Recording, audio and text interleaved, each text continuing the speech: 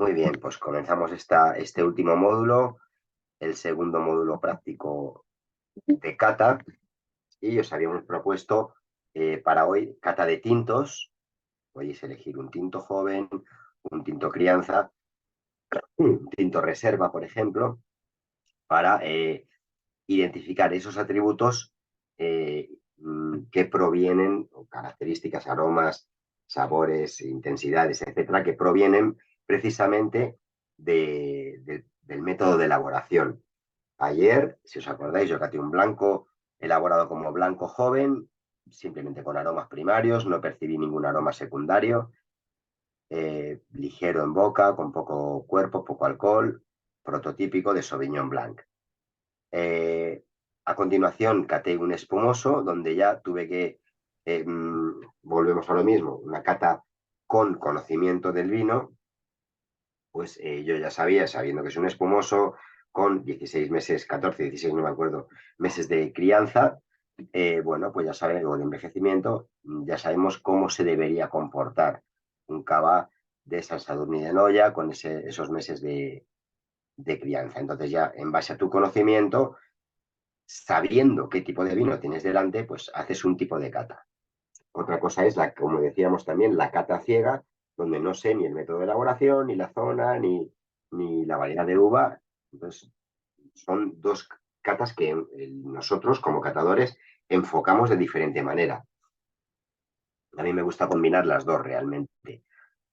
Cuando yo trabajaba en restaurante, pues recuerdo que bueno, pues las distribuidoras comerciales nos iban llevando muestras para ver si las incorporábamos a nuestra carta. Y bueno, pues normalmente una vez al mes, cuando teníamos X número había meses que teníamos más, otros meses menos, pero normalmente cuando podíamos reunir 3 tintos, 3 blancos, al menos, o cuatro tintos, 4 blancos, o 4 tintos, o 6 tintos, bueno, pues yo pedía a mis compañeros que, por ejemplo, si eran 5 tintos, eh, que sin que yo viese qué vinos eran, que los tapasen o que me los diesen servidos y me sirviesen las 5 copas a la vez. Entonces yo ya en ese momento no sabía qué tipo de vino o qué vinos eran cuáles. El vino número 1 sería uno, el 2, el 3, el 4, el 5, y yo iba analizando, yo con el resto de sumilleres o a veces con el chef o con el metre también, pues íbamos catando y sacando nuestras conclusiones objetivamente. De esta manera lo que intentábamos era descartar vinos que pues, no nos convencían, no se ajustaban a las características que queríamos, etcétera. Siempre sabiendo o teniendo un poco también una misma línea de vinos, una misma línea de precios, ¿no? No vas a comparar uno de 500 euros con uno de 5. Entonces era un poco vinos del mismo perfil que catábamos de manera comparativa y ciega. ¿Vale? Eso a mí me encantaba porque sacabas unas conclusiones muy objetivas y al final no, no te condicionaba ni el precio, ni la zona, ni la variedad de uva, ni nada. Simplemente valorabas virtudes y defectos, sin más. Y luego ya, obviamente, pues cuando hacíamos una selección de esas 4 o 5 muestras, seleccionábamos uno, dos, o a lo mejor tres, bueno, pues ya hacíamos una cata descubierta con el conocimiento más completo posible de esos vinos. Como obviamente los comerciales no solo nos dejan la muestra, sino que nos pasan información, nos comentan, nos dan datos, bueno, pues todos esos datos que deberíamos haber reflejado en nuestro libro de bodega, obviamente, pues los analizamos y en base a ese conocimiento de ese vino lo evaluamos en base a eso. ¿Vale? Entonces esa es una cata como la que vamos a hacer ahora todos, que sabemos qué vino vamos a catar cada uno, ¿no? Entonces, para que veáis los dos diferentes enfoques y la utilidad de ambas catas, ¿no? A mí la cata ciega me parecía muy interesante, aunque luego, bueno, pues siempre después de una cata ciega también me gusta que me descubran los vinos que he catado y conocerlos más en profundidad para entender mejor esa cata ciega que hice, ¿no? Bien, y ayer por último, pues caté un vino generoso de crianza oxidativa que en base a esas características que tienen esos, tan especiales que tienen esos vinos, pues presentaba esos aromas. Era un vino generoso de licor, con Pedro Ximénez añadido, con lo cual presentaba gran untuosidad, mucho dulzor, aromas de frutas secas, sobre todo, más que frutos secos, eran frutas secas, higo seco, ciruela, pasa, la uva pasa propiamente dicha, y también otro rasgo del tipo de elaboración era ese ácido acético que percibí en ese vino. ¿Vale? Entonces, bueno, pues ya digo, vuelvo a repetir. Si vais a catar un vino conociendo la etiqueta, intentar informaros lo más posible de variedades de uva, zonas, la climatología de esa añada, el método de elaboración, la filosofía de la bodega, porque todos esos datos os van a ayudar a entender mejor ese vino en cata y a evaluarlo sobre todo en su justa medida también. Bueno, no me quiero enrollar mucho más. Un momentito. Israel, Sí, disculpa, ¿te puedo hacer una pregunta antes de que empieces con la cata? Bueno, más que vale. una pregunta, es Sí, sí, claro. una, una solicitud. El otro día salió el tema de los Beaujolais franceses Sí, y se habló de los maceración carbónica de aquí, un poco bueno, pues, comparando los dos métodos y demás. Hubo algún compañero que habló de alguno, Luberry entre otros. Yo sé que vosotros como interprofesional del vino no podéis hablar de ninguna marca, ninguna bodega. Entonces ujú. era para pedir, bueno, pues si alguno de los compañeros en el chat puede poner alguno de los de maceración carbónica que haya probado y que le haya gustado especialmente o que puedan dar alguna opinión, se lo pueden dejar en el chat, se lo agradecería. Muy oportuna tu pregunta porque estamos en época de este tipo de vinos. Están Por eso. ahora es buen momento para hacer la búsqueda. Que yo Blueberry sí lo he probado, pero no he probado mucho más de maceración carbónica y bueno, pues si hay alguien que pueda darnos alguna referencia, pues genial. De Rioja Alavesa hay bastantes bodegas que hacen y luego los canarios del Listán Negro y de Negramol también son muy afamados. En Toro también tienes alguna con tinta de toro. Bueno, hay cositas para buscar. Ujú. Creo que tus compañeros te pueden dar muchas sugerencias. Genial, muchas gracias. Dame un segundito. Voy a coger una cosa.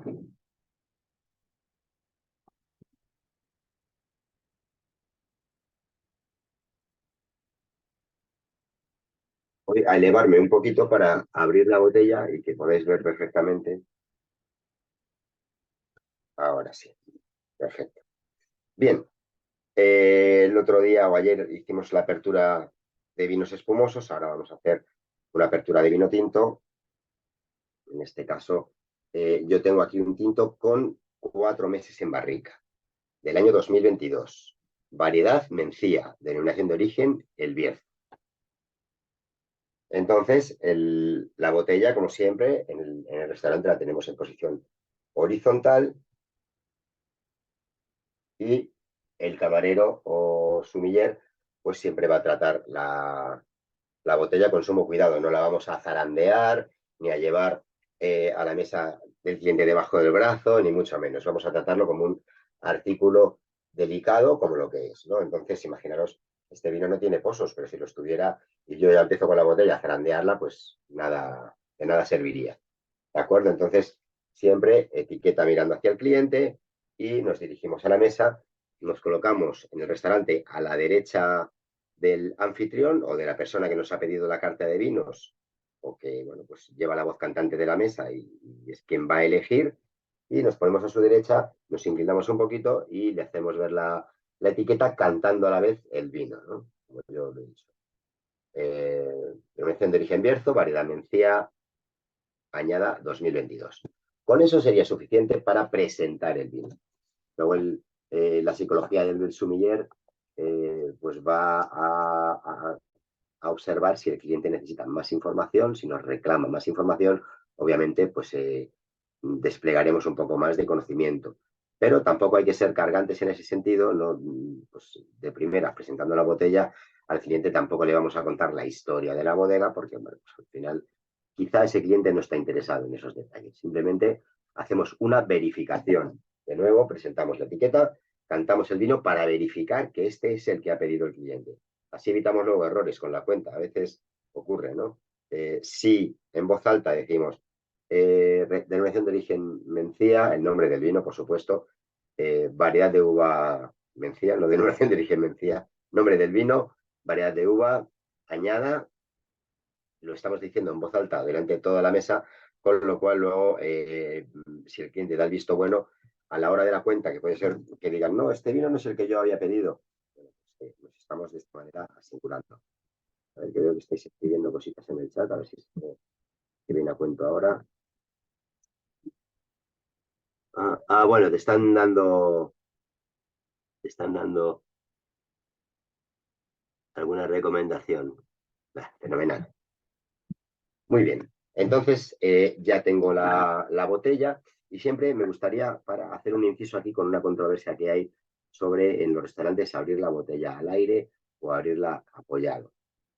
Yo soy partidario en todos los casos de abrirla apoyado. ¿Qué pasa? Que no todos los restaurantes tenemos un gueridón cerca de la mesa del cliente. Si la mesa del cliente está aquí y me tengo que ir a la otra punta del restaurante para abrir la botella, pues estamos perdiendo un poco ese contacto con el cliente, esa performance de preparar la botella delante del cliente, ¿no? Aparte que, bueno, pues da lugar a suspicacias si yo me presento la botella y me atravieso todo el restaurante, desaparezco, me atravieso todo el restaurante, con lo cual la botella que yo le he presentado desaparece de la vista del cliente y puede dar lugar a malentendidos, suspicacias de si esa era la botella que inicialmente me presentó el camarero. Entonces, para mayor transparencia y limpieza y sobre todo contacto con el cliente y servicio adecuado, tendríamos que hacerlo en el gueridón que estuviera más cerca de la mesa del cliente. Si no, a lo mejor no tenemos, pero tenemos mesas auxiliares con ruedas que la podemos acercar a la mesa del cliente a la derecha de ese anfitrión y abrir la mesa, la botella, justo delante de ellos. Y si ninguna de esas opciones se diera, yo no veo mal, ni mucho menos, pedir permiso al cliente para, en una esquinita de su mesa, ¿le importa si abro la botella aquí? Yo lo he hecho cientos o miles de veces y no he tenido nunca una objeción de no, en la mesa no lo habrá. No hay ningún problema, incluso el cliente lo agradece. Das mayor cercanía, salvo si he encontrado algún problema cuando la mesa es redonda y bueno, pues los clientes están más pegaditos, ¿no? Entonces ahí lo que no voy a hacer es decir, por favor, abran un poco ábranme un hueco que voy a abrir la botella en su mesa. Ahí ya tendría que buscar ese gueridón lo más cercano posible y sin que el cliente perdiera de vista a la botella. ¿Vale? ¿Se entiende eso? Entonces, imaginaros que pues, no tengo gueridón, no tengo mesa auxiliar y os pido permiso para abrir la botella en una esquinita, sin tener que los clientes que se muevan para ningún lado. No quiero molestarles, ni que tengan que incomodarse porque yo quiero ser protagonista y abrir la botella encima de la mesa del cliente. ¿Vale? Siempre con toda la discreción y sin intención de molestar. Tengo aquí la botella, etiqueta mirando hacia mi cliente y la botella ya no se mueve de aquí. Ya no la voy a zarandear, ni la voy a girar. Bueno, sí lo estoy haciendo, pero para que veáis que no hay que hacerlo. ¿Vale? Entonces, etiqueta mirando hacia el cliente, porque si yo la zarandeo o la muevo y algún comensal está leyendo esa etiqueta, le estoy molestando. ¿Vale? Entonces, ahí queda. Entonces ya con el sacacorchos de doble impulso, con la navajita que tiene incorporada, vamos a cortar el gollete por la parte de abajo. Veis que las botellas siempre tienen un bordecito ancho. Aquí hay quien, o muchos cortacápsulas, cortan por la parte de arriba, ¿vale? Pero queda mucho más elegante por la parte de abajo y más seguro en el sentido de que puedan quedar brindas, que si quedan aquí por aquí arriba, brindas de la cápsula, luego puedan caer a la botella o a la copa del cliente. Y eso no lo queremos. Entonces, sin mover la botella, haremos un corte semicircular aquí. Y luego hay cápsulas mejores y otras peores. Esta, por ejemplo, no es muy buena, que se van cayendo pequeñas brozas. He hecho ya un primer corte semicircular aquí, por delante, y ahora giro la navajita y otro corte semicircular para cerrar el círculo por la parte de atrás. Esta cápsula es bastante dura, por eso hay que repasar a veces con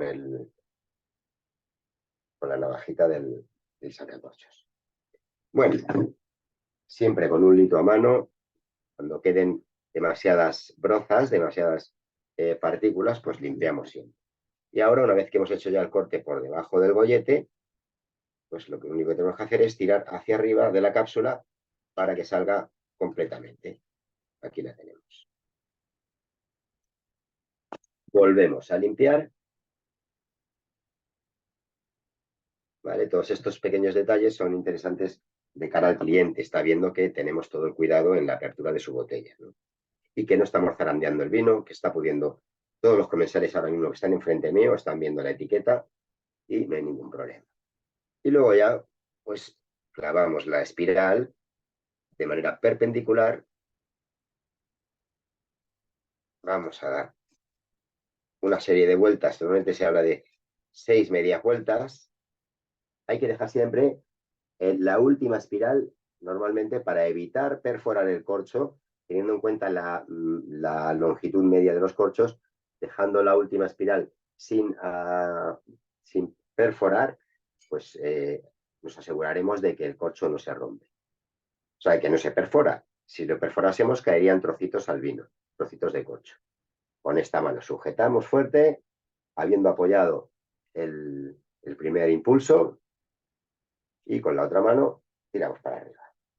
Segundo impulso, y cuando vemos que ya está fuera el corcho, uy, no tendría que haberlo sacado del todo, pero normalmente vamos a coger el lito para mayor limpieza y lo retiramos con el lito.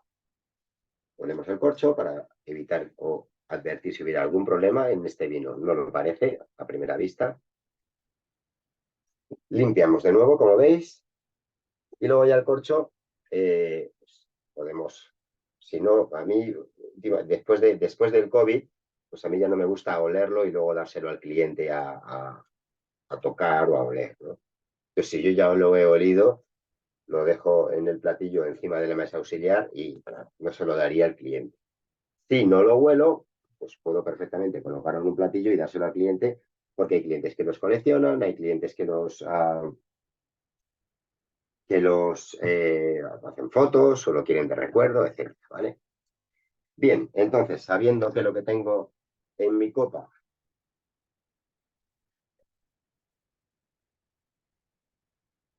es esa mencía con, podríamos hablar de que es un vino roble con poca crianza, creo que eran 4 o 5 meses en barrica.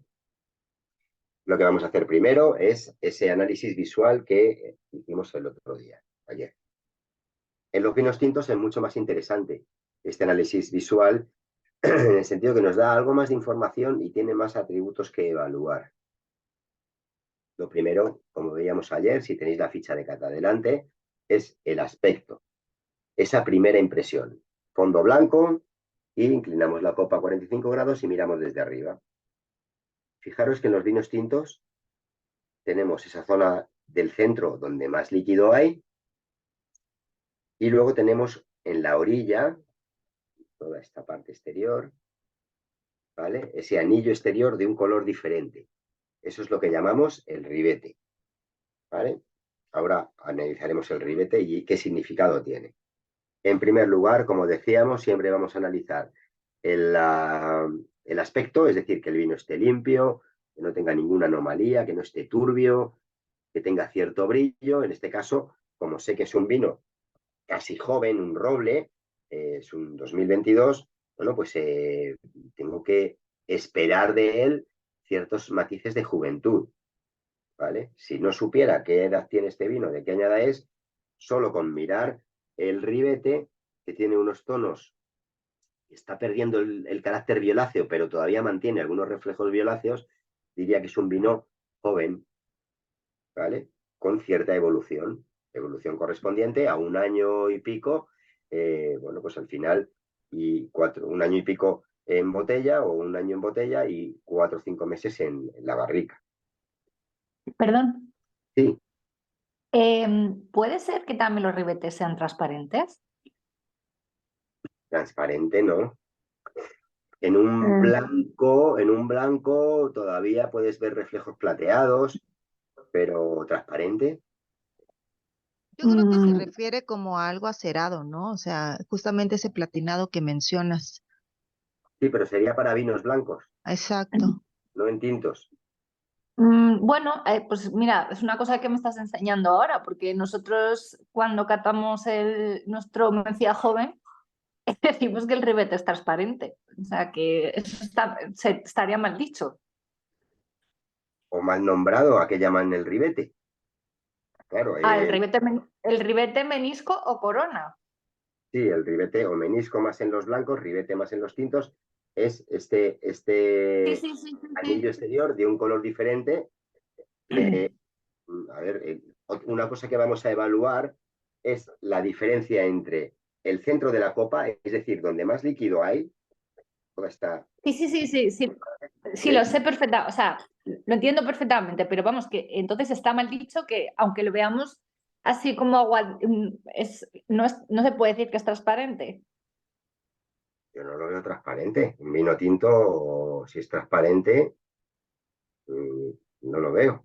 Bueno, No, pues me lo han enseñado mal. Yo tampoco, la verdad es que tampoco lo veo confírmalo porque a lo mejor lo entendiste tú mal, ¿eh? No sé, ¿eh? No sé.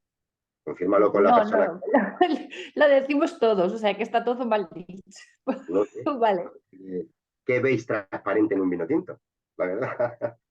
Eh, Pues Otra no, cosa es que haya reflejos y brillos. Eh, y luego, en la mayor o menor transparencia se referiría o a la capa, ¿no? a la capa, a la intensidad de color, no sé. Vale, a ver, a mí me sonaba raro, ¿no? Pero bueno, como mi jefe dijo, no, no es tal, pues yo, bueno, pues nada, pues, pero ahora le corregiré y no, mira, perdona, me dice mi profesor que No, sabe bastante a más. ver a qué se refiere, a lo mejor se refiere a otra cosa, porque yo transparente en un No, tinto. no, no, al ribete, porque además decimos el ribete, el menisco, la corona, pero mira, me acabas de enseñar que el menisco se dice más bien para vinos Sí, blancos. porque Ese término. los blancos, donde se nota el reflejo es en dos bandas laterales que surgen aquí, ¿vale? Vale. En las dos laterales de la copa. Y el ribete es todo este anillo, Ujú. implica yo lo llamo el NIF o el DNI de los vinos, porque lo que te habla es de su edad, ¿vale? En Vale. los blancos no lo vimos tanto porque ese menisco no se advierte. Sí que es verdad que en algunos blancos, en el Sauvignon Blanc que yo caté ayer, fácilmente, sin lugar a equivocarme, podía decir que tiene un ribete transparente, porque era con muy poca intensidad de color, ciertamente vosotros lo visteis, y podía, exagerando un poco, decir que es transparente, pero algo de pigmentación hasta ese vino. Bueno, Mm, vale, gracias. ya nos confirmarás, Saray, No, no, cuando, no, voy a quedar muy bien con mi jefe. fenomenal. Bueno, pues en el caso de los tintos, ya digo que la fase visual nos entretenemos un poco más porque tiene más jugo. Vamos a analizar. Primero, le hemos dado el visto bueno porque está limpio, está brillante, no hay turbidez, tiene cierto brillo, que para un vino más o menos joven hay que esperar que tenga ese carácter, ¿no? Sí que es verdad que la mencía tiene cierta oxidabilidad de color y en este caso no veo que haya tenido una evolución excesiva. Así que fenomenal, ha mantenido bien el color.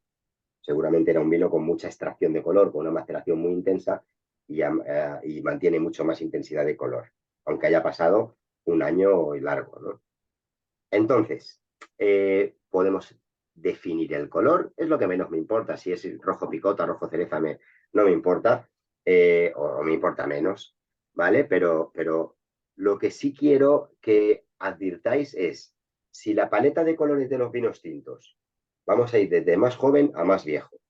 Desde más joven sería tonos violáceos, tonos púrpura, después va pasando a rojo picota, después a granate, rojo cereza, rojo rubí, que ya es más clarito, y ya del rojo rubí, cuando ya va siendo más viejecito o ha pasado más tiempo con barrica, comienza a coger tonos ladrillo, tonos teja, tonos anaranjados, pardo anaranjado, ¿vale? Esa sería la evolución cromática de un vino tinto.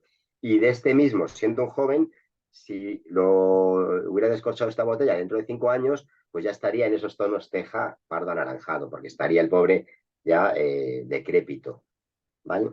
Entonces, lo que quiero que miréis en vuestra copa es la diferencia, dentro de esa gama de colores que os he dicho, la diferencia entre el centro de la copa y el ribete y la parte exterior. En mi caso, mirando, acordaros siempre desde fondo blanco, En mi caso, tengo un picota muy intenso, casi negro, en el centro. Ya digo que mucha intensidad para esta mencía del Bierzo. Y luego en el ribete tengo unos tonos que han perdido ya el carácter violáceo, pero recuerdan un poco, tienen ese granate que recuerda un poco, con lo cual podríamos hablar de que hay cierta diferencia, cierta evolución, una ligera evolución. Si yo tengo un color bonito, un rojo picota muy bonito en el centro, y tengo el vete color pardo anaranjado o pardo o ladrillo teja, pues si es una cata ciega puedo decir, uy, este tiene bastante evolución. Seguramente sea un reserva o un gran reserva que ha pasado 2 o 3 años al menos en una barrica. ¿Vale? Entonces, si fuera una cata ciega, como sé que es un vino joven, un vino roble, con muy poca barrica, le tengo que suponer, digamos que está dentro de los parámetros. Dentro de su segundo año, pues está, perdón, ya, bueno, vamos a empezar su segundo año, terminando su primer año en botella, pues tiene la evolución lógica de un vino de este estilo, con poquita barrica y poquito tiempo en botella, con lo cual una evolución ligera. ¿Me explico? ¿Alguien encuentra mucha evolución en su vino o quizá alguien que tenga un reserva, un gran reserva? Quizá estáis encontrando que hay más diferencia, ¿no? Los tonos del ribete, como digo yo, son el DNI, el que te dice la edad, la evolución de ese vino. Más que nada, sí, la evolución, porque si lo hemos, imaginaros que este vino, que es un tinto joven, yo lo hubiera tratado mal con contrastes de temperatura, con una mala conservación, pues al final ese vino le he dado mala vida en poco tiempo y ya no tendría esta escasa evolución que tiene, sería mucho mayor. Estaríamos ya en los tonos ladrillo, tonos teja, quizá el vino estaría estropeado por esa mala conservación que le hemos dado, esa mala vida. ¿Vale? Entonces, los vinos, si no los podemos conservar en casa, mejor beberse, para que no pase eso. Bien, otro aspecto que veíamos ayer era la lágrima, ¿no? Movíamos un pelín la copa, aunque ya solo de inclinarla así en la fase visual ya se va impregnando el cristal. Podemos mirar el trasluz, hay más densidad, no mucho más que ayer, salvo en el generoso de licor, donde sí tenía bastante densidad. Veo que hay una cantidad moderada de lágrimas que caen más o menos rápido. Bueno, parece que va a tener cuerpo medio, ¿vale? No son muchas las lágrimas y no caen muy lentamente. Pero bueno, hay cierta presencia de lágrimas. Puedo intuir, veis que en la fase visual se intuyen muchas cosas que luego hay que confirmar en la olfativa y en la gustativa. Eso ya lo hemos aprendido. Bien, ¿qué más cositas analizábamos a la vista? Nada más, la efervescencia, que en este caso... Perdón, Sí, perdón. ¿Qué grado alcohólico tiene ese vino que estás catando tú? este tiene 14,5. Vale, ok. 14 grados y medio. El que viene después, bastante más, bueno, algo más. Cuando Vale. me he quedado loco. Pero bueno, vamos a la fase olfativa, ya que hemos analizado todos los atributos de la fase visual. Y acordaros que primero catábamos a copa parada. Y para ver la intensidad, podemos alejarnos la copa, intentar oler. Aquí ya lo huelo. Aquí ya lo huelo. Intensidad media, podríamos decir. Y ya percibo perfectamente. ¡Wow! ¡Qué goloso! Huele a fresa muy madura.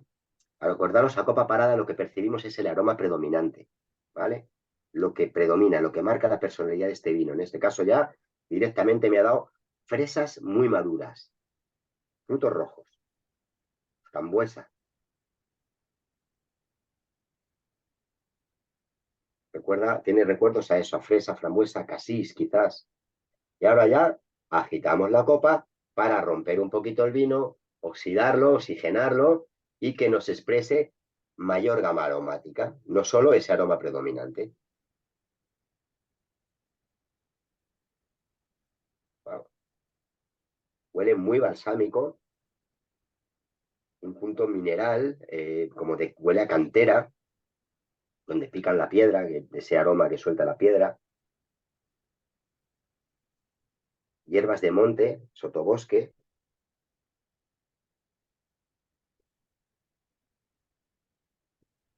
Ha desaparecido un poco esa fresa madura que había al principio y han empezado aromas más herbales, más balsámicos, florales y minerales. La madera está muy por debajo.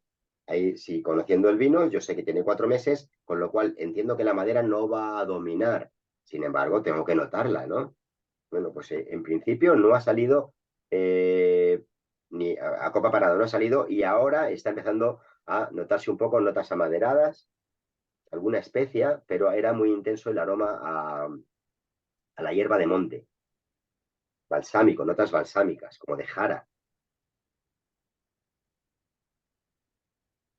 Y la madera, efectivamente, muy por debajo. Acompañando, también dándole longevidad al vino. Sabéis que el paso por barrica le aporta unos meses más de longevidad a los vinos, pero en este caso no tiene ningún protagonismo la madera. Intuyo que han utilizado 4 meses barricas de segundo o tercer uso, barricas que no son tan agresivas, que no inciden en el vino, sino simplemente acompañan al vino. Le dan esa longevidad y acompañando un poquito. Pero en nariz no destaca ni mucho menos, ¿eh? Hay que buscarla. Seguramente ahora los aromas terciarios siempre son los últimos que se quedan en la copa. Si yo me bebo esta copa y dejo la copa vacía aquí en la mesa, al cabo de una hora vuelvo y los aromas que se quedan adheridos a la copa, curiosamente, son los terciarios. ¿Vale? Entonces sí que percibiría algo más de madera, pero de momento es predominio frutal y herbal. Me está gustando, muy goloso. Venga, pues vamos a la boca. Como la nariz me ha gustado, vamos a confirmar todas las intuiciones de la fase visual y olfativa en boca. Acordaros, ponemos un poquito, lo mantenemos unos segundos, hacemos que circule el vino por el paladar y después tragamos. Si queréis hacer lo que hice yo ayer de envinar la boca, primero un trago al vino que nos impregne, tragamos y luego el sorbito de evaluación sería el segundo. Cuando ya tenemos impregnado el paladar del vino, volvemos a ingerir una pequeña cantidad para valorarlo mucho mejor.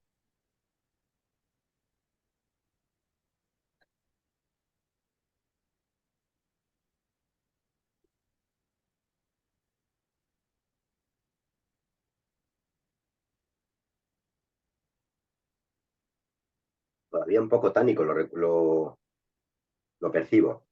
Voy por el principio. Primero, la entrada en boca me recordaba a esa fresa, ese carácter frutal, goloso, esa fresa muy madura del principio. Después me ha dado cierta frescura, cierta acidez, pero se cortaba rápido, no ha sido un vino fresco en boca, es decir, quizá está en su mejor momento y ya está empezando a perder, quizá, o a decaer ligeramente. La mencía no es una variedad que se caracterice por largos periodos en botella. Quizás está perdiendo algo de acidez o nunca la tuvo, quizás, ¿vale? Pero no destaca demasiado la acidez. Tampoco es una característica propia de la mencía. No se lo puedo pedir. Si esta mencía tuviera una acidez estridente, pues quizá sería una arista y algo fuera de tipicidad, quizás. Aunque, bueno, pues puede haber mencías con mayor acidez, sobre todo viñas más viejas, viñedos orientados al sureste, bueno, pues zonas más altas, hay muchos factores que pueden intervenir. En este caso concreto, en este vino, hay una acidez moderada, una acidez que se expresa algo al principio, pero rápidamente, o sea, no le aporta frescor al trago. Todo lo contrario, esos 14 grados y medio, luego noto cierta calidez al tragar en el posgusto. ¿Vale? Es un paso de boca algo astringente, voy a volver a él.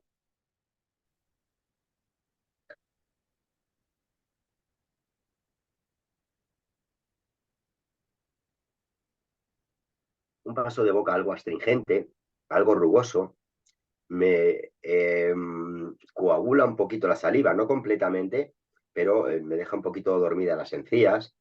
Tiene un tanino un poquito vivo, un poquito vegetal, diría yo.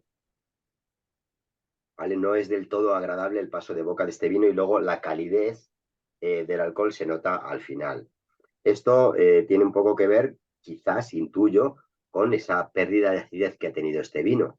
que tiene o esta baja acidez que tiene el vino, si hubiera una alta acidez, la astringencia quizás se notaría menos y la calidez del alcohol también. Nos daría más frescor y un paso de boca más ágil. Pero bueno, no lo penalizo algo en la fase de boca, es muy agradable en nariz, en boca no es tan agradable, pero esto se puede arreglar con un buen bocado.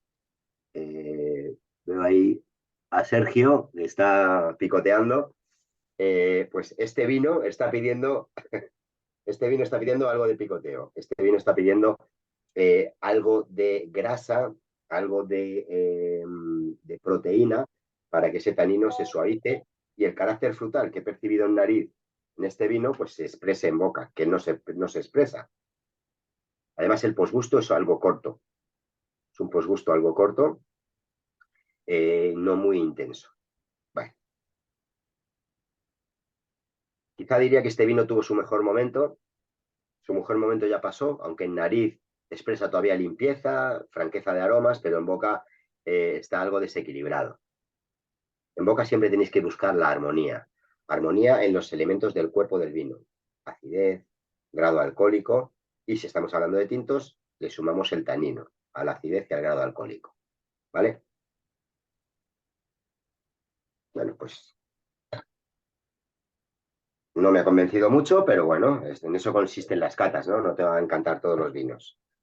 Y ahora tengo un Ribera de Eso Duero. te ha pasado que eso te ha pasado por elegir un Mencía del Bierzo. Si lo hubieses cogido de la Ribera Sacra. Otro gallo cantaría, ¿no? Sí, la verdad. Exacto. Bueno, es una cuestión de suerte, es un 2022, tampoco, si fuera un 2021 lo entendería más, ese pequeño decaimiento, pero siendo un 2022, no sé. Y lo he sacado ahora mismo de la cava, ¿eh? Lleva 4, 5, 6 meses en la cava, no sé, cosas que pasan. Vamos con el segundo vino, este es un Ribera de Duero, reserva con 18 meses de barrica, roble francés y americano, de la zona de Burgos.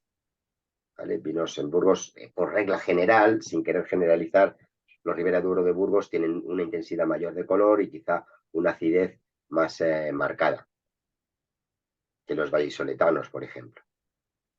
Bien, pues volvemos a la fase visual. Con mi fondo blanco, inclino la copa. Lástima que no lo veáis el ribete. No sé, no se ve bien. Y no quiero derramarlo, que ayer casi lo derramo. No se ve. Bueno, el ribete es claramente está en esa fase de evolución hacia su color ladrillo, vamos, de obra nueva, ladrillo de obra nueva, como se dice, ¿no? En este caso, primero, como sabemos, vamos por orden, el aspecto. Como es un reserva, 18 meses, este es un 2017, entonces ya tiene sus añitos, tiene 6 añitos, 4 años y algo en botella y ese año y medio en barrica, ¿vale? Entonces ya no le voy a evaluar el color como al anterior, que era más o menos joven, este ya sé que es un reserva, entonces ese ribete que estoy viendo con una tonalidad más evolucionada, pues es normal, es su color normal porque es un reserva. La evolución es amplia porque sigo teniendo gran intensidad de color, igual que en el Mencía, incluso más oscuro, más negro, y sin embargo el ribete tiene cierta evolución, ¿vale? Eso me está hablando de la edad del vino. Una cosita que no os he dicho, yo creo que ayer lo dije, a la hora de evaluar la intensidad de color. Habíamos hablado de que el truquito para evaluar la intensidad de aroma era colocarse la copa lejos y si está lejos y lo olemos en la intensidad alta, si necesitamos acercarlo un poco más, intensidad media y aquí intensidad baja. Si necesitamos hundir la nariz para oler algo, intensidad baja. Pues para el color, para la tapa que hemos dicho antes, os voy a dar otro truquito. Hay quien directamente, pues muy fácil, no hace falta tener nada, simplemente la mano libre, colocamos el dedo debajo e intentamos ver nuestro dedo a través del vino. Colocamos el dedo ahí, intentamos ver. Si pero no se puede hacer trampas, ¿eh? No vayamos a la parte del ribete. Vamos a ir al centro de la copa, donde más líquido hay. Si no soy capaz de ver mi dedo, es que es una intensidad alta. Este vino tiene intensidad alta porque era incapaz de ver mi dedo. Si veo mi dedo o la sombra del dedo, o sea, veo la silueta del dedo pero oscura, podemos decir que es una intensidad media. Y si veo la silueta del dedo y casi la huella dactilar o el color de la carne, digamos, pues diríamos que es una intensidad baja. ¿Vale? Este truquito para los vinos blancos no funciona, obviamente, porque siempre vamos a ver el dedo. Solo funciona para los tintos. Y también otro truquito que es tener, si no tengo ninguna hoja en blanco, sí. Tenemos una hoja en blanco, pero con letras, ¿vale? Con letras aquí, con cualquier cosa, ¿vale? Y lo que hacemos es, a ver, colocamos la hojita y intentamos leer a través del centro de la copa, como si fuera a modo de lupa, a través del centro, no vale a través del ribete, porque a través del ribete sí vais a poder leer, a través del centro, intentar leer lo que hay ahí. Si ni siquiera veo que hay letras, diremos que es intensidad alta. Si veo letras, pero no soy capaz de descifrar lo que pone, intensidad media. Y si soy capaz de leer lo que pone a través del vino, pues intensidad baja. ¿Vale? Otro pequeño truquito para graduar, en una ficha de cata, para graduar las diferentes intensidades de los vinos. Israel, Sí, buenas tardes. hola. Te hago una pregunta. Esto que estás dando de pista de la parte olfativa está lindo, está bien, está correcto, pero no lo veo. Es decir, te pregunto a vos que has probado los vinos y has hecho cata. ¿Has olido los vinos desde abajo, desde el estómago y de la nariz? Es donde yo los vuelo. Estaba interesante, pero me cuesta creer que haya blancos y tintos que se puedan oler tan abajo, tan al medio y arriba. Yo lo que quería, es decir, voy a hacer mi evaluación. Sí, claro. Me cuesta más olerlo o me cuesta menos, pero en una distancia un poco más corta. Ayer estaba con el verdejo. ¿No te ha pasado alguna vez en un restaurante que te estaban sirviendo el vino y ya te estaba viniendo el aroma? Por eso te voy a decir, puede ser, pero serían los menos. Por eso te digo, me llama la atención que esa graduación, es decir, yo diría que casi todos los vinos son de intensidad baja, y de baja agregaría algunos que son fácilmente, ni bien arrimás la nariz, olerlos, y otros que se te hacen más difícil, pero de lejos y de media serían los menos, serían el 1%, entiendo yo. Sí. Bueno, sobre todo de intensidad alta serían los menos. Bueno, ahí te lo puedo comprar. Bueno, tu Algo, ejemplo. moscateles, esas malvasías, que son variedades definidas como variedades aromáticas, porque Bien. tienen mayor cantidad de terpenos que el resto. Por la teoría, se supone que tienen que oler más. Otra cosa es Bien. cómo las elabores y extraigas bien los aromas, ¿o no? ¿Y los tintos hay alguno de intensidad alta? Sí. ¿Y En qué sería? tintos, Frutillas, cerezas. sí, bueno, sobre todo, eso, por ejemplo, los vinos que estábamos hablando al principio, tintos de maceración carbónica, en la actualidad, a día de hoy, que están recién embotellados, eso es la mayor exuberancia de perfume que puedas encontrar. Según lo sirves en la copa, surgen un montón de aromas, sobre todo, principalmente frutales y fermentativos. Y son realmente muy aromáticos porque además para esos vinos se buscan variedades especialmente aromáticas. Está bien. Privo. Voy a seguirlo esto de la parte alta, que es la que más me interesa, pero entiendo que alguno me habrá pasado, pero lo menos. Sí, Serán lo los menos. torronteses que yo tengo en Argentina de vez en cuando, y los moscatel, como bien decís vos. Perfecto. Gracias. Perdona, ¿te acuerdas, Israel, que la semana pasada te hablaba de que había probado un Tokai, un Oremus de Vega Sicilia, y que estaba sentada en el sofá para atrás y me lo sirvieron en la mesa y ya lo olía, pero súper intenso? Pues, por ejemplo, ese, no sé, es que no sé el nombre para el caballero que estaba hablando, Sergio. Sergio, pues mira, si quieres tener una experiencia de... Hombre, estamos hablando de vinos muy especiales, ¿no? De vinos, por eso dándole la razón a él, precisamente, los que tienen gran intensidad son los menos. Y tú estás poniendo un ejemplo de un gran vino, obviamente. Bueno, Fenomenal. Vale, pues no sé por dónde iba en la cata. Análisis visual todavía, ¿no? Sí. Análisis visual, la lágrima, vemos a ver cómo se comporta. Aquí veo más densidad. Es un tempranillo 100%, tempranillo tinta del país. Veo mayor número de lagrimitas cayendo y más lentamente que en la mencía. Con lo cual intuyo que aquí va a haber más alcohol. Bueno, ya sé lo que hay. Tiene bastante más alcohol y quizá más densidad, más volumen en boca. Este vino, aunque no lo creáis, tiene 15 grados y medio. Y seguramente sean 16, porque las bodegas tienen un margen de más menos 0,5. Entonces puede que esté cerca de los 16 grados. Un tinto seco de Ribera del Duero, ¿vale? Pero aquí busco la magia del enólogo que haga que ese vino aparentemente excesivamente intenso, pues luego en boca sea elegante, ¿vale? Ojalá que no sea agresivo. Ahí habría un muy buen trabajo de bodega. Vamos a la nariz. Aquí tiene menos intensidad que la mencía.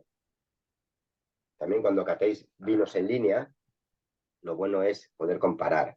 Es decir, vino A más ácido que vino B. O preguntaros a vosotros mismos, ¿cuál es más ácido? ¿Cuál se nota más el alcohol? ¿Cuál tiene mayor intensidad de aromas? Bueno, pues es un ejercicio que os va a servir para entrenar vuestros sentidos, realmente, ¿vale? Tiene una nota licorosa, se huele el alcohol, fruto negro sobre todo, notas de regaliz muy intensas. Bueno, muy intensas. Dentro de que he dicho que tiene poca intensidad, quiero decir que es muy nítidas, no muy intensas. Muy nítidas las notas de regaliz y de mora, de fruto negro, de arándano. Pero es como fruta en licor, como licor huele como a licor de casís. Fijaros, la crema de casís, el licor del mirtillo, del arándano negro, o la ¿Pero qué grosella estás negra. catando? ¿Un Syrah o qué? No, es un tempranillo. Joder. Por eso estoy alucinando. Voy a mover la copa. Y se notan, por supuesto, notas amaderadas, notas de larga crianza, con algo de pimienta y sobre todo ahora que lo he agitado, se perciben aromas terciarios. Algo de acético también, está aflorado ahora. Antes lo notaba, pero estaba un poco camuflado con el alcohol, pero ahora ya se nota mucho más el acético. O sea que la evolución, digamos, es amplia, es larga, no sé cómo estará en boca, quizá puede que tenga algún desequilibrio también como la encía. Habré tenido mala suerte en la elección de hoy.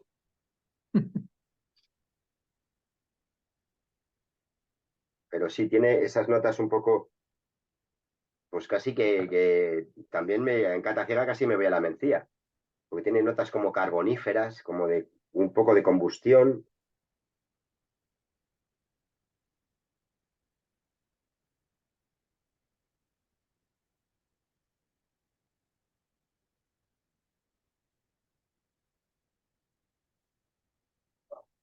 Mucho más intenso en boca, te llena mucho más. Sin embargo, no se nota tanto el alcohol como en la mencía, fijaros, ¿eh? Con 1 grado más de alcohol no me arde en la parte de atrás de la garganta. La entrada es muy intensa, una fruta menos golosa que la mencía, una fruta más recia, una fruta más en licor, más potente, más directa, una acidez incluso menor que en la mencía. Este vino ya ha perdido frescura en boca, que este es un reserva que ya, bueno, pues la frescura la perdió hace tiempo. No es una característica de un reserva.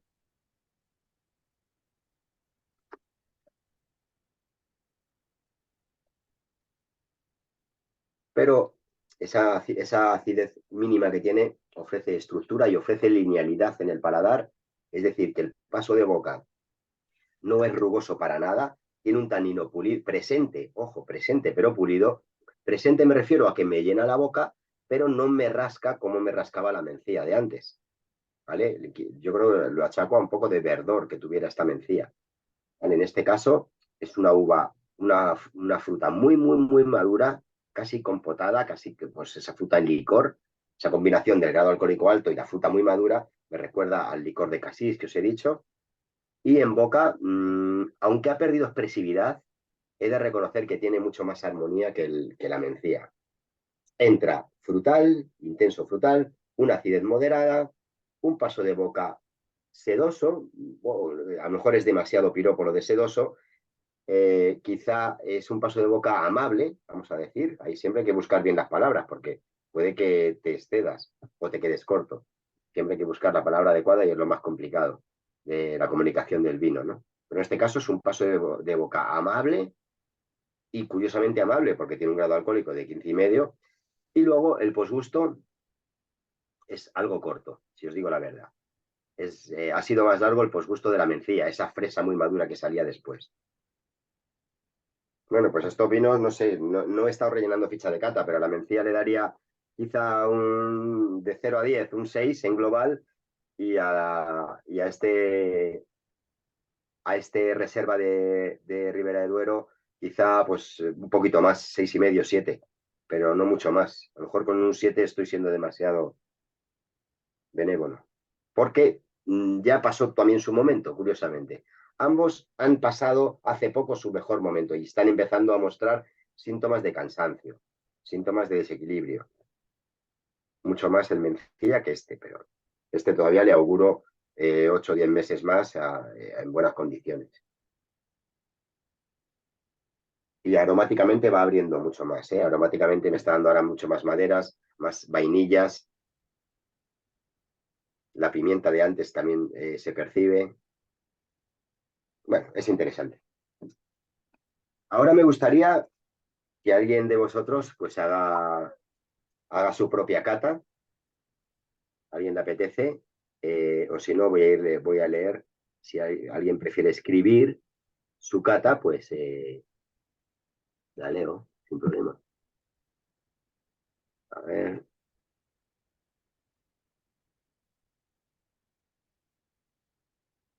Soy capaz.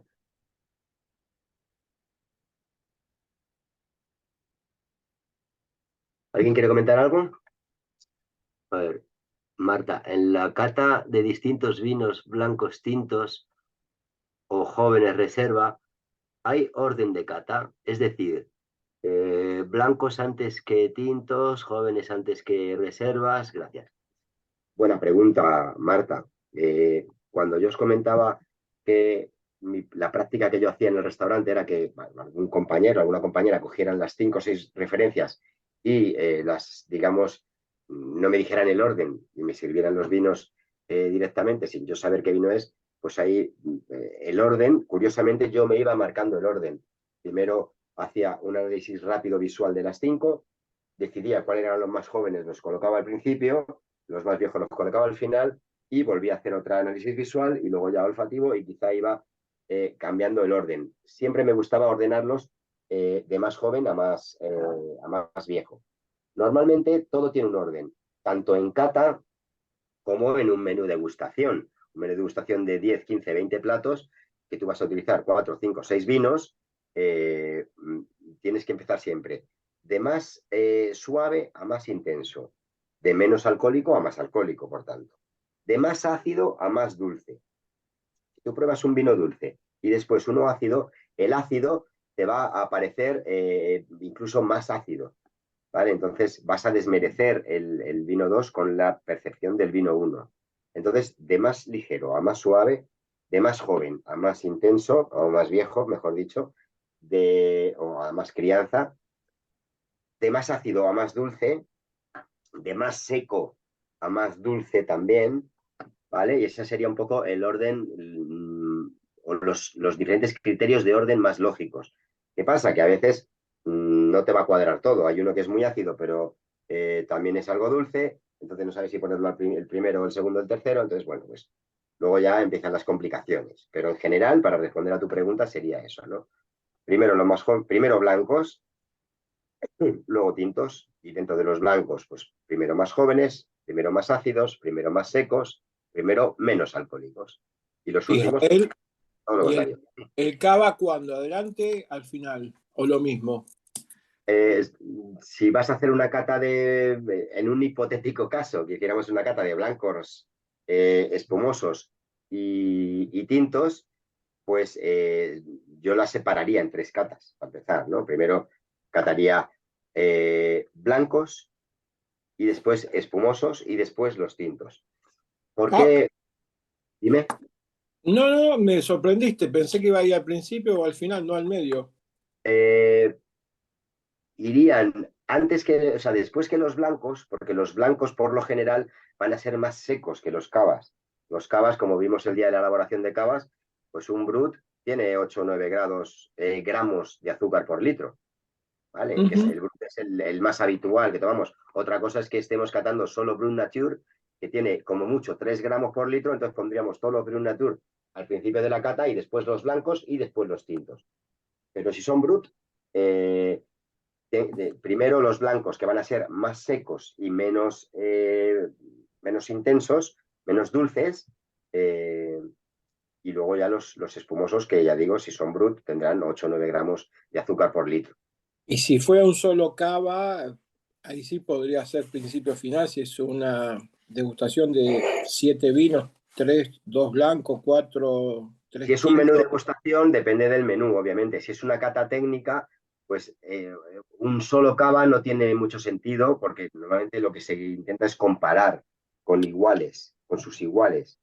Sí, Comparas un cava con otro espumoso, ¿no? No lo comparas con un blanco, por ejemplo. te lo pregunto un poco tramposo porque mi proyecto es tener una vinoteca y hacer catas de degustación, entretenimiento. Y ahí sí, yo no hay, es decir, algún día haría una cata de cavas, de varios cavas o de varios tipos de Mm. espumantes, que es algo que tengo mucho interés, traer algo de Italia, algo de España y algo de otra zona, pero en el caso que jugués con blancos, tintos y un cava, o sea, es decir, siempre lo vi como Sí, cierre en el de una sentido degustación. en el sentido que tú lo planteas en una vinoteca, yo me dedico a los eventos y esta semana, por ejemplo, hice una cata de vinos de 1 hora para un grupo, una empresa, y efectivamente les puse un blanco, un espumoso y un tinto. ¿En qué orden fueron en este caso? Era un Brut Nature y lo puse el primero. Y además era también tampoco hay que ser muy rígido en ese sentido, ¿no? Yo decidí ponerlo primero porque era bastante seco, un Brut Nature, y además porque, bueno, era el inicio del evento y quería romper el hielo haciendo un brindis y que mejor brindar con un Sí, sí. espumoso, No, ¿vale? Entonces, no, en ese sentido, si es una cata técnica, sí que aplicamos rigurosamente los criterios. Si es una cata lúdica para público general, etcétera, pues tú puedes darle la orientación que quieras siguiendo esos criterios o teniéndolos en mente, pero luego puedes alterar un poco el orden de los vinos sin ningún problema. No, no hay rigideces en esto. pero es muy comodina el cava que lo podés jugar a la punta, al medio y al final. Eso es Sí, lo lindo. perfectamente. Perfectamente hubiera ido también para brindar al final o entre el blanco y el tinto. Eso es. Perfecto. Siendo una cata lúdica. Si es técnica, si nos ponemos la bata blanca de laboratorio y nos ponemos a catar seriamente, pues ya habría que aplicar estrictamente los criterios que os he comentado de primero el más seco, primero el menos alcohólico, primero el más ácido y el que tenga menos cuerpo, ¿no? Por ahora te lo dejo a vos eso. Perfecto. Muy bien. Más cositas. ¿Alguien quiere comentar su cata? Voy a ver el chat.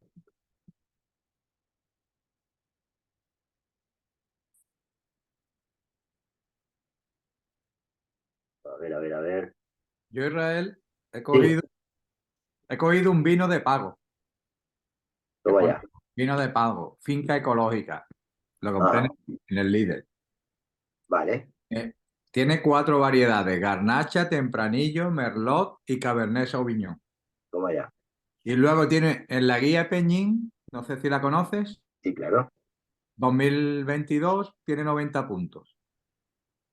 Y luego a mí me parece muy simple, que le falta algo. Te No esperabas más, ¿no? esperaba más, ¿eh? ¿Qué añada es? De 2022. Y tiene 6 meses en barrica. 2022 y tiene 6 meses en barrica y otros 6 que lleva el pobre en botella, quizá no se está expresando. La Cabernet Sauvignon le cuesta mucho expresarse, aunque es una crianza corta de 6 meses, pero es una variedad que le gusta la botella, la Tempranillo también. Lo raro es que bueno, depende de los porcentajes que haya de cada variedad. Me extraña que no ponga vino de crianza, aunque aparezca por detrás 6 meses en barricas de roble. Sí, porque los vinos de pago no tienen su propia normativa y si no se autoimponen los criterios de crianza, reserva, gran reserva, pues no los utilizan. Claro. Otra cosa es que tú estés dentro de una DO que sí tiene esa normativa de crianza, reserva, gran reserva, entonces sí lo tienes que poner. Pero siendo un vino de pago, el propio vino de pago se crea su propio pliego de condiciones. Entonces, ¿Y qué quiere decir exactamente el vino de pago? ¿cuánto has pagado? No, No, ya. es broma, broma. Ya, Hola. como es el 6 último. euros. No, lo que me ha costado es decir 6 euros y algo. Vino de Este pago, es el Vino de Bolavero pago, que pone que está del Pago Ailés en de Lidl. pago inglés. Correcto. Yo lo compro algunas veces, no está mal, no está mal. No está mal, pero yo no lo veo, no se expresa, diríamos. Incluso no le veo ribete. No le veo ribete. Yo lo miro y lo veo exactamente el ribete. Porque Igual lo miras igual que él te mira a ti. que.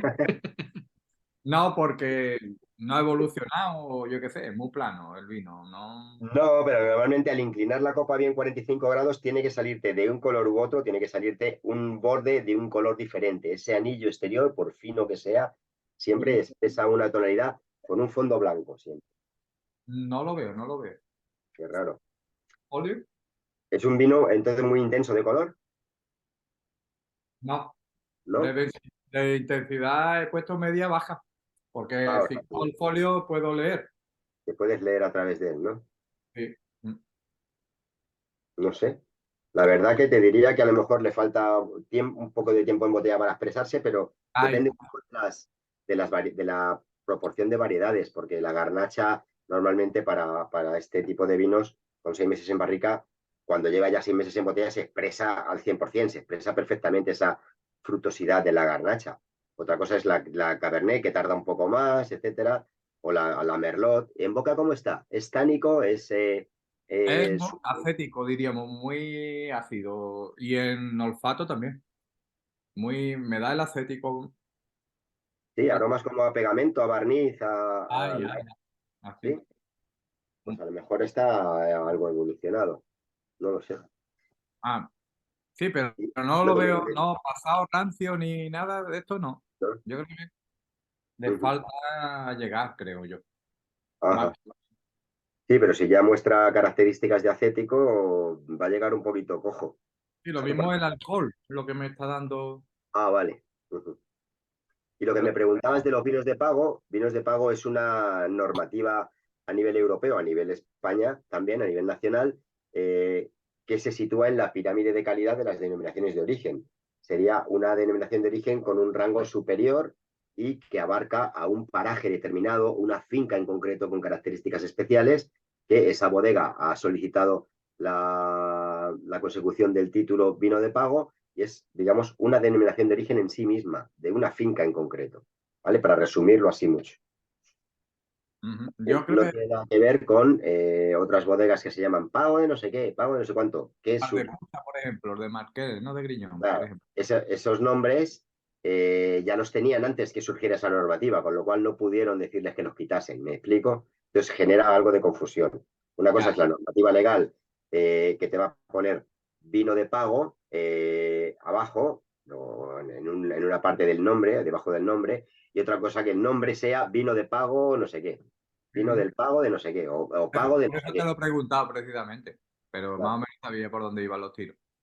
Ujú. Bueno, muchas gracias. Nada. A ver, Y, Maribel. y Sí, que dime. este cuento que tomé yo Sí, dime. es distinto al vino de pago, se llama vino de bodega perdido. De bodega perdido. Sí, vos vas por la bodega caminando y van Te lo dejando encontraste. años tras años perdidas por ahí, sin Ujú. etiqueta, con los corchos comprometidos, transpirando, y te la jugás, te traes un par de botellas y te Bueno, encontrás con joyas o te encontrás con claro. acéticos. Ciega, eso sí que es una cata ciega. Totalmente, totalmente. La verdad que me salió bueno. Ya es el cuarto Vale. que hablo de la bodega así perdido, sin etiqueta. No sé si estoy tomando un joven, porque hacen joven y hacen crianza de 6 meses, Y el vino está, por suerte el vino está. Fenomenal. Muy bien, pues voy a leer aquí Maribel, que decía, yo no he podido adquirir tantos vinos, no, no hacía falta tampoco. He tenido Rueda, Albariño y hoy Tempranillo. Mi consejo para próximos cursos, quien se inscriba debería adquirir los vinos que se van a catar para poder comentar los organizadores proporcionándonos un pack. Sería bueno, sí, sería lo suyo, de hecho, pero date cuenta, Maribel, que aquí se conecta gente de otros países también, de un montón de ciudades, de Italia, de México, de Brasil, de Perú, de Portugal. Entonces es muy complicado enviar el pack. Sería lo suyo, desde luego. Entonces la única manera que tengo de plantearla es de esta manera. Cada uno que elija el vino, y suelo proponeros vinos que no hayáis probado nunca, obviamente, para que descubráis algo nuevo. Y seguir el protocolo de cata, según la ficha de cata, cada uno con su copa, en paralelo, todos a la vez. ¿Vale? Es la única manera que se me ocurría, pero o sea, lo suyo es lo que tú propones, claro. Es mucho mejor. Podríamos poner de acuerdo, aunque sea los que estamos en España, en hacer una prueba bastante difícil, que sería elegir un centro grande, Mercadona, Consum, Lidl, ir a buscar el mismo vino todos, Sí. buscar un rango de precio peligroso, no te digo 2 euros, pero un 3 a 6 euros, y tratar de sacar conclusiones y desmitificar, no, como le pasó recién con ese vino de pago, que dijo 6 euros en Lidl, sería bueno poder sacar conclusiones, sean buenas o malas, jugárnosla.